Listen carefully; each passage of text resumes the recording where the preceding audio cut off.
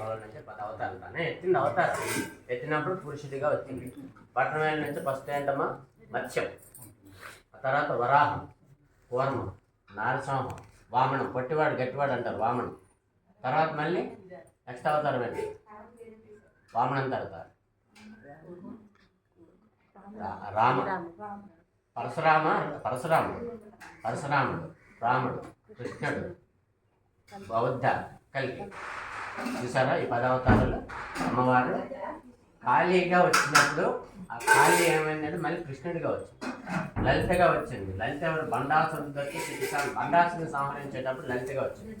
మళ్ళీ రావణాసుని చూసారా? రావణాసురుడు బండాసురుడు పేర్లు సెట్ అయ్యాయా? రావణాసుని సంహరించేటప్పుడు రాముడిగా వచ్చింది.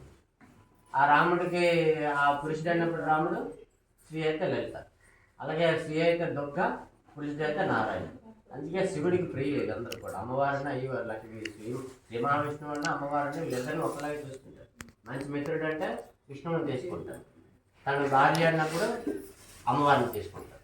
అమ్మవారి నుంచి ఒక మిత్రుడిగా భార్య మాట కోసారు. ఎందుకంటే భర్త ఆ వరం ఇచ్చినప్పుడు డేట్ చేశాడు, గజాసిద్ధి వరం ఇచ్చినప్పుడు ఆవిడ మాట విన్నా డేట్.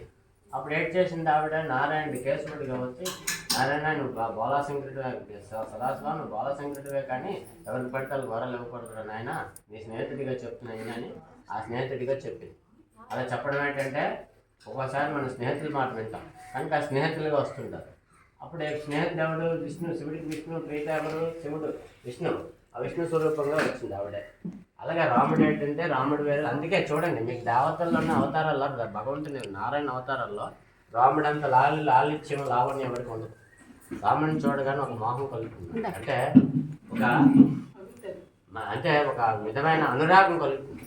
ఎప్పుడైనా రాముడి ముఖం చూడండి, అమ్మవారి లలిత ముఖం చూడండి, వీళ్ళందరి ముఖం ఒకలాగా ఉంటుంది, అనురాగం కలుగుతుంది.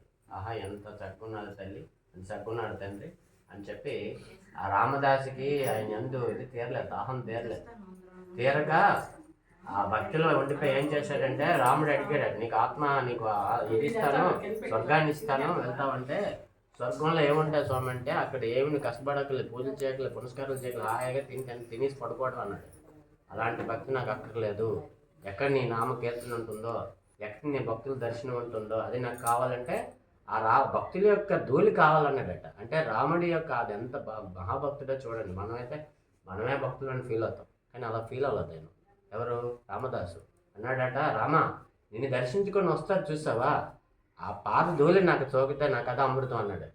అందుకు మనం వెళ్ళేటప్పుడు చాలామంది మనం వెళ్ళేటప్పుడు కూడా పక్క పెట్టి అంటే కప్పిసారి కనిపించలేదు కానీ రామదాస్ విగ్రహం ఉంటుంది రామాలయం నుంచి బయటకు వచ్చేటప్పుడు.